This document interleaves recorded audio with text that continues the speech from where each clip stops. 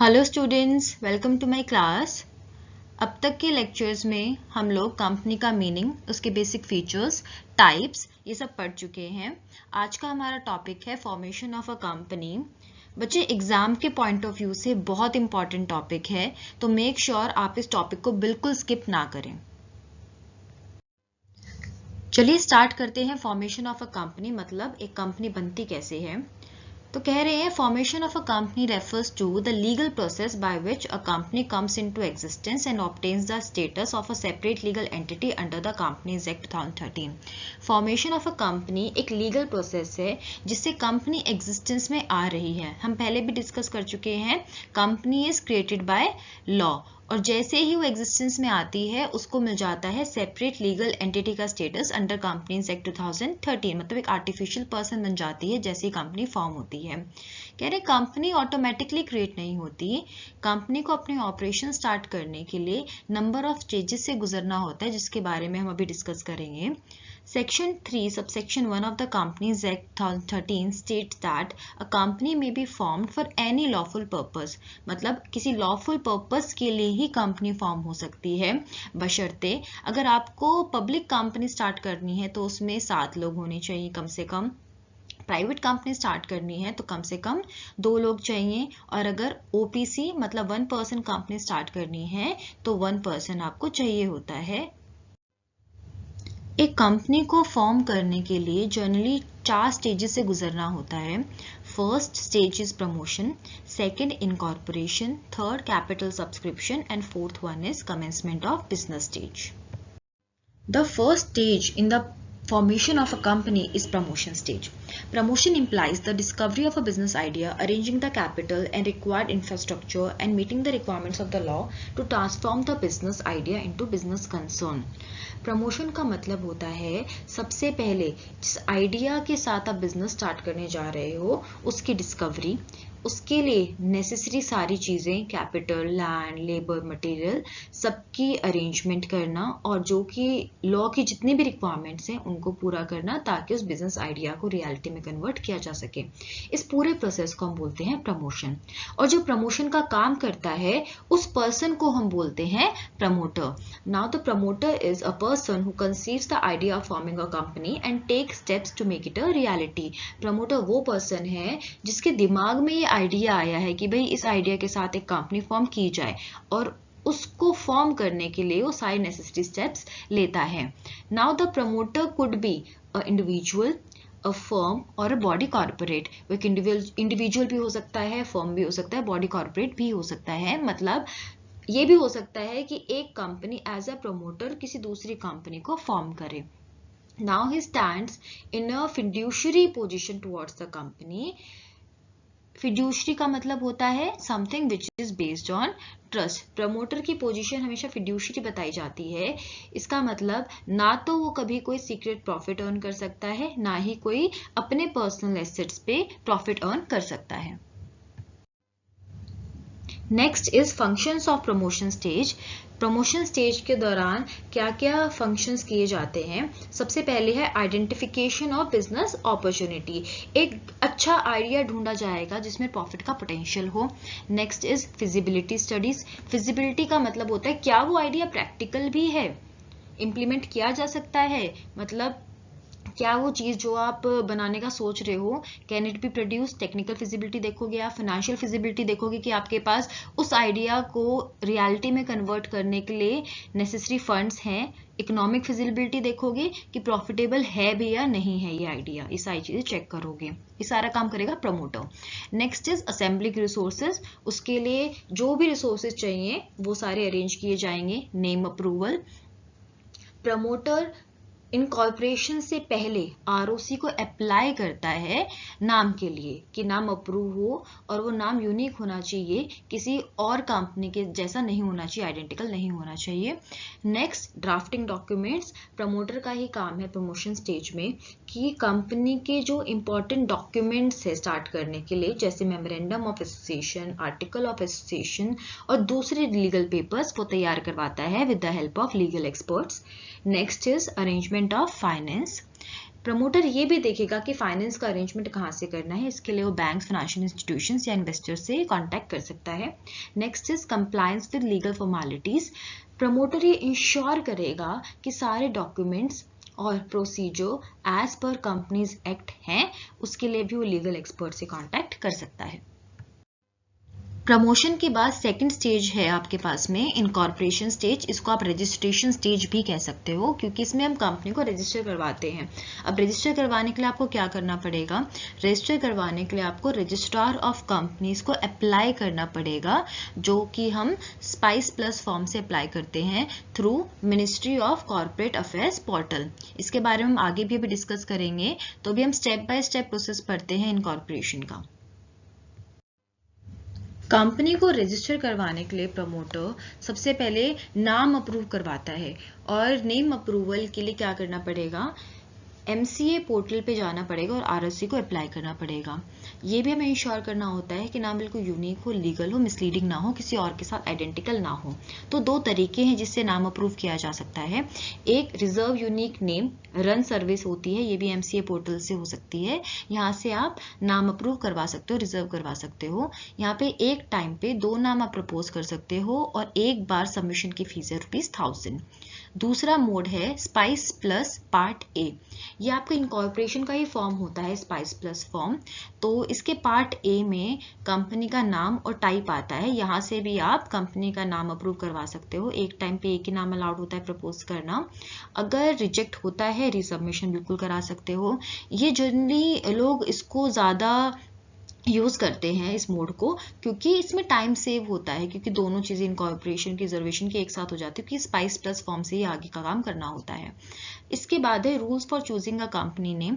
अगर आप कंपनी का नाम चूज करना चाहते हो तो मेक श्योर कि कंपनीज इनकॉर्पोरेशन रूल 2014 आपने स्टडी किया हो, क्योंकि इसमें सारे रूल्स लिखे हुए हैं कि कंपनी का नाम चूज करने से पहले आपको किन बातों का ध्यान रखना होगा। जैसे कि कंपनी का नाम किसी एग्जिस्टिंग कंपनी जैसा नहीं होना चाहिए, ताकि लोगों के मन में कंफ्यूजन ना हो। और अगर एग्जिस्टिंग कंपनी जैसा अगर नाम होता है तो जनरली क्या होता है कि अगर एक की बैड रेपुटेशन है, उसका असर दूसरी कंपनी पे हो सकता है अगर दोनों का नाम एक जैसा है। इसके अलावा कोई भी ऑफेंसिव या अनडिजायरेबल वर्ड नहीं होने चाहिए। ऐसी कोई चीजें नहीं हो सकती कि जिसमें रिलीजियस सेंटिमेंट्स हर्ट हों। और अगर पब्लिक कंपनी है तो नाम के पीछे लिमिटेड होना चाहिए, प्राइवेट कंपनी तो नाम के पीछे प्राइवेट लिमिटेड होना चाहिए। नेक्स्ट है टाइम लिमिट। यस, अगर एक बार आपने नाम अप्रूव करवा दिया तो वो नाम केवल 20 दिनों के लिए रिजर्व रहता है अगर नई कंपनी है। और मान लो अगर कोई पुरानी कंपनी जो सिर्फ अपना नाम चेंज करवाना चाहती है तो 60 दिनों के लिए वो नाम रिजर्व रह सकता है। एक बार कंपनी का नाम अप्रूव हो जाता है तो प्रमोटर कुछ इंपॉर्टेंट डॉक्यूमेंट्स प्रिपेयर करवाता है जो कि आगे फाइल करने होते हैं ROC को। तो कौन कौन से इंपॉर्टेंट डॉक्यूमेंट्स जो प्रिपेयर होते हैं? सबसे पहले प्रिपेयर होता है मेमोरेंडम ऑफ एसोसिएशन, कंपनी का सबसे इंपॉर्टेंट डॉक्यूमेंट, जिसको आप कंपनी का चार्टर भी कहते हो। ये कंपनी के जो बेसिक ऑब्जेक्टिव्स हैं, स्कोप है, सारी चीजें ये डिफाइन करता है, और ये होता है फॉर्म INC 33 में। बच्चे जितने भी आपके इनकॉर्पोरेशन के फॉर्म होंगे ना, उनके आगे INC लिखा होगा। जैसे इनकॉर्पोरेशन स्टार्ट होता है ना, सेम स्पेलिंग INC से यहाँ पे स्टार्ट होंगे, तो ये होता है फॉर्म INC 33। दूसरा है हमारा आर्टिकल ऑफ एसोसिएशन। जो हमने पहले स्कोप या ऑब्जेक्टिव बताए हैं, उनके पूरा करने के लिए सारे रूल्स एंड रेगुलेशन हमारे आर्टिकल्स ऑफ एसोसिएशन में लिखे होते हैं। ये सेकेंड इंपॉर्टेंट डॉक्यूमेंट है किसी भी कंपनी का। ये होता है इससे अगला form number, that is form INC 34 में। नेक्स्ट है declaration bye subscribers and first directors. This is in form INC 9। ये बेसिकली एक डिक्लेरेशन है जिसमें जो सब्सक्राइबर्स और फर्स्ट डायरेक्टर्स हैं उनको डिक्लेयर करना होता है कि जितनी भी रिक्वायरमेंट है कंपनीज एक्ट की वो सारी फुलफिल हो चुकी हैं। नेक्स्ट है consent to act as a director. ये है फॉर्म DIR 2। अभी डायरेक्टर से रिलेटेड जितने भी आपके फॉर्म होंगे ना, ये होंगे DIR से स्टार्ट होते हैं हमारे। तो कंसेंट का फॉर्म होता है DIR 2। इसमें जो प्रपोज डायरेक्टर है जिसका हमने नाम लिखा है, उसको एक रिटर्न कंसेंट देनी होती है कि मैं डायरेक्टर के रूप में काम करने को रेडी हूं। इसका फायदा भी होता है क्योंकि मान लो ऐसे तो किसी भी डायरेक्टर का तुम नाम लिख दोगे कि हाँ मिस्टर ABC इस फर्म या कंपनी में डायरेक्टर बनने को रेडी है, बट ऐसा नहीं होता, उस पर्सन की कंसेंट चाहिए होती कि येस ही और she is ready to act as a director in this company. Next is proof of registered office. आपको एक प्रूफ देना होता है अपने रजिस्टर्ड ऑफिस का। ये भी एक तरीके से प्रूव कर देता है भाई कंपनी शेल कंपनी नहीं है, पेपर पे नहीं है, तो कुछ भी आप प्रूफ दे सकते हो अपने रजिस्टर्ड ऑफिस का। नेक्स्ट है identity and address proof of subscribers and directors. जितने भी सब्सक्राइबर या डायरेक्टर्स का नाम है उन सबके आइडेंटिटी या एड्रेस प्रूफ आपको देने होते हैं, दोनों देने होते हैं। Next is digital signature certificates. बच्चे सब कुछ ना आज की डेट में ऑनलाइन हो गया है, तो अगर ऑनलाइन सारी चीज़ें हम अपलोड कर रहे हैं, फाइल कर रहे हैं, उसके लिए आपको डिजिटल सर्टिफिकेट्स चाहिए होते हैं अपने सिग्नेचर के। ये जितने भी सब्सक्राइबर या प्रपोज डायरेक्टर्स हैं उनके लिए ज़रूरी है ई फाइलिंग के लिए। Next is agile pro S, वो होता है फॉर्म INC 35।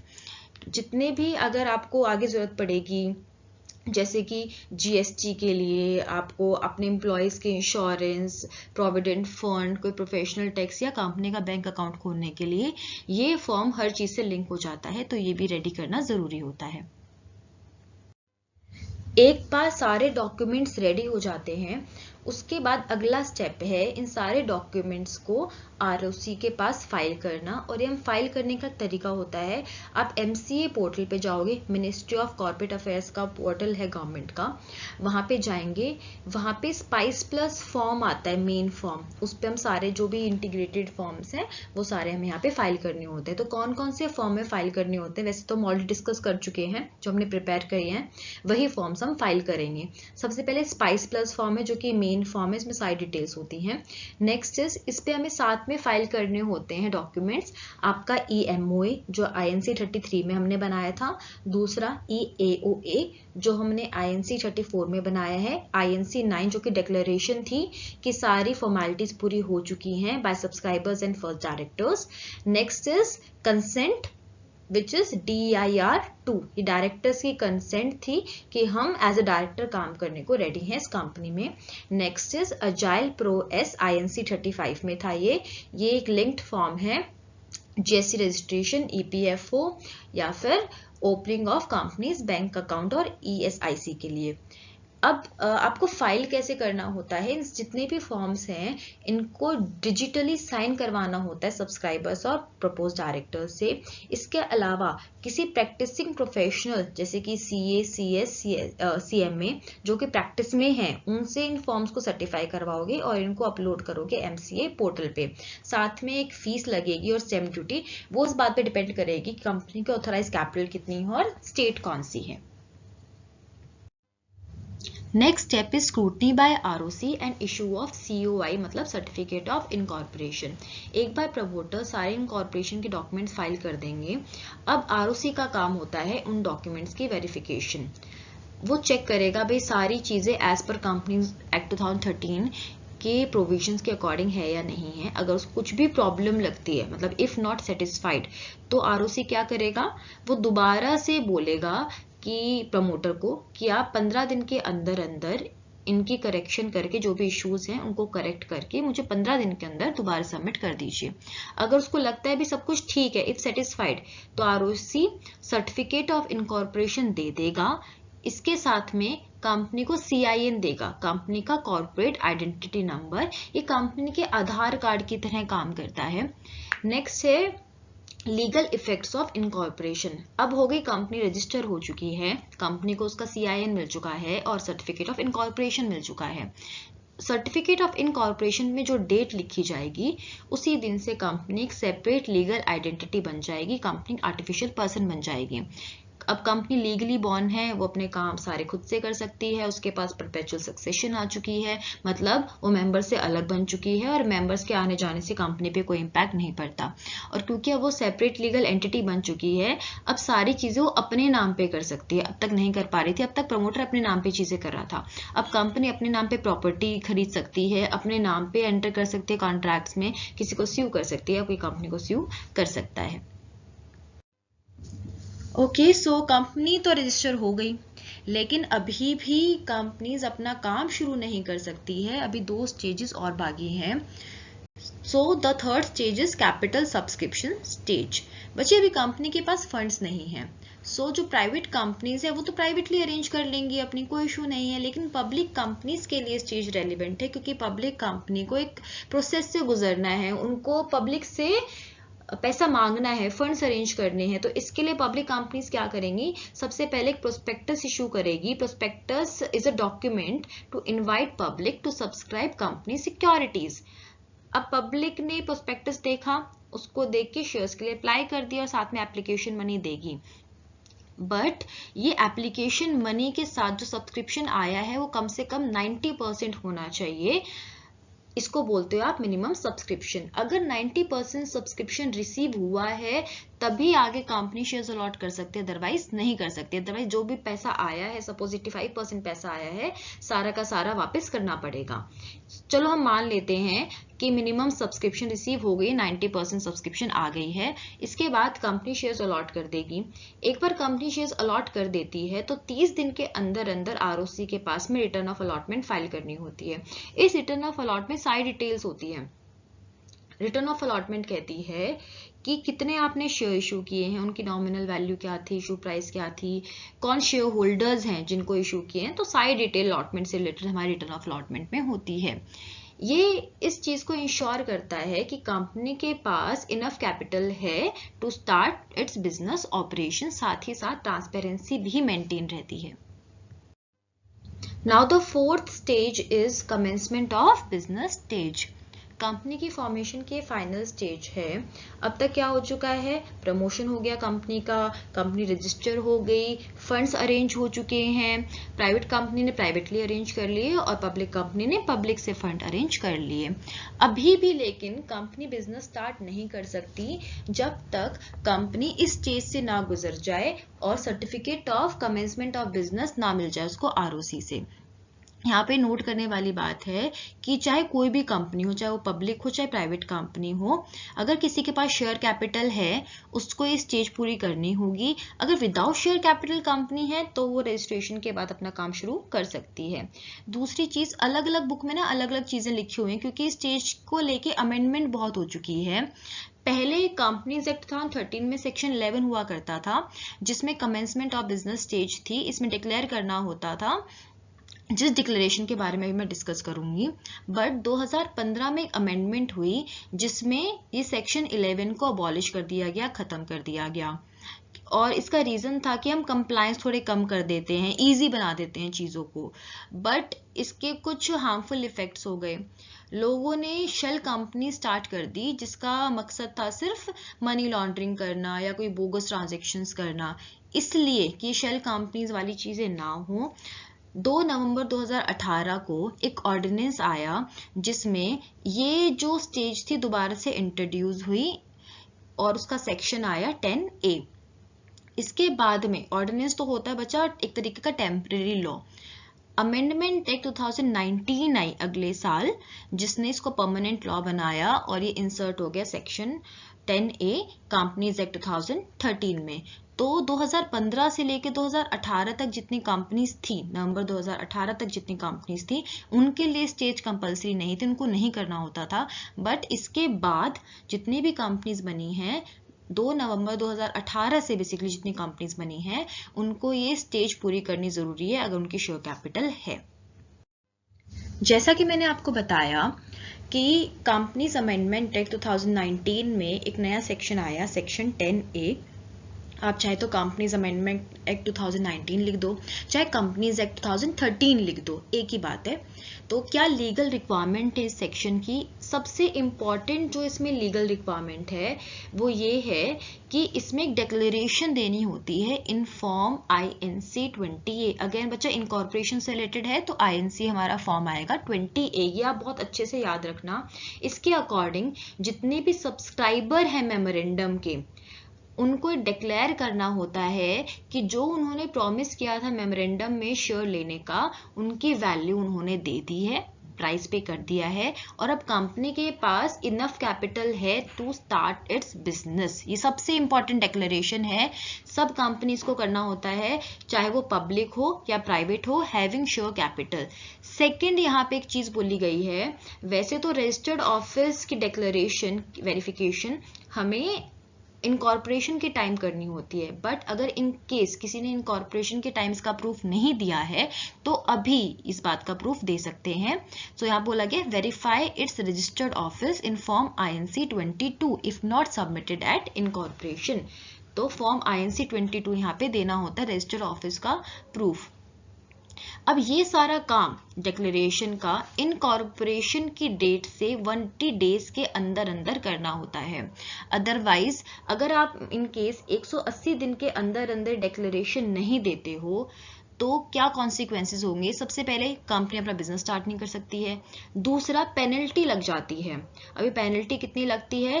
कंपनी पे 50,000 की लगती है और जो भी डायरेक्टर्स हैं उन पे इन 180 दिन के बाद क्या होगा? उन पे 1000 पर डे की पेनल्टी लगेगी जो कि 1 लाख तक जा सकती है। और अगर फिर भी ये चीजें कंटिन्यू रहती है तो ROC के पास राइट है कि कंपनी रजिस्टर में से जो उसका कंपनी का रजिस्टर है उसमें से कंपनी का नाम वो हटा सकता है।